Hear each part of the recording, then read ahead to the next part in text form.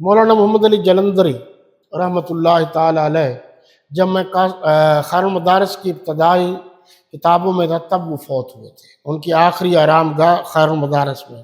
ان کے یہ بیٹے مولانا عزیز الرحمان جلندری، یہ بھی تقریباً 100 سال کے قریب تھے، 95 کی عمر کے تھے، حضرت توسیع صاحب کی عمر کے لگ بھگ تھے۔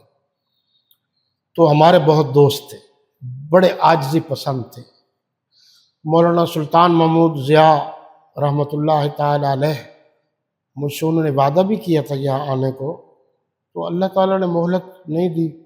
بہرحال ہمارا رابطہ تھا، تو وہ اور میں جب دفتر یہ ختم نبوت حضوری باغ روڈ والا بن رہا تھا، ابھی فرش بھی نہیں بنا تھا، تو ہم نے اکٹھے تقریر کی تھی۔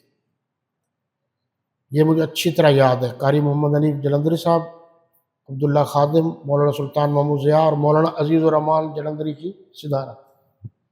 اس میں نے ختم نبوت کے موضوع پر حضرت مولانا علامہ دوست محمد قریشی رحمۃ اللہ تعالی علیہ کی ایک مثال پیش کی، اور وہ مثال دیا کرتے تھے، اور وہ مثال یہ تھی کہ ایک آدمی کو ڈاکٹر صاحب، حکیم صاحب کہیں کہ آپ نے یہ نسخہ خالص دیسی گھی کے ساتھ استعمال کرنا ہے، تو اب وہ سوچتا ہے ابھی خالص کہاں سے لائے؟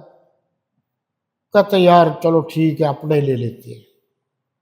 تو وہ بھینس لے لیتا ہے، اور اس کا مقصد کیا ہوتا ہے؟ دیسی گھی۔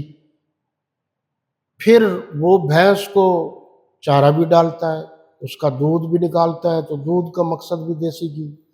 پھر دودھ کو بلوتا ہے، مکھن نکلتا ہے، اس سے مقصد بھی دیسی گھی۔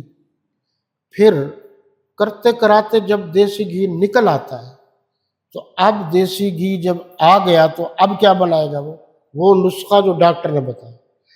اب گھی سے آگے گھی تو نہیں نکل سکتا، جیسے پہلے دودھ ہے، پھر مکھن بنا، بلویا، لسی بھی بن گئی اور گھی بھی بن گیا۔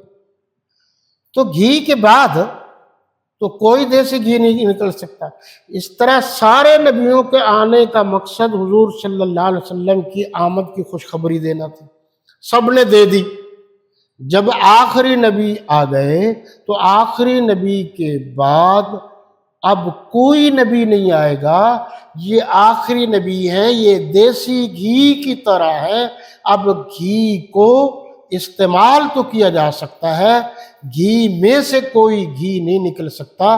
اب میرے نبی کی نبوت و رسالت قیامت تک چلتی رہے گی، لیکن میرے نبی صلی اللہ علیہ وسلم کی آمد کے بعد کوئی نبی، کوئی رسول، کوئی پیمبر، کوئی ذلی نبی، کوئی بروزی نبی اور کوئی کسی قسم کا نبی اور رسول نہیں آ سکے گا۔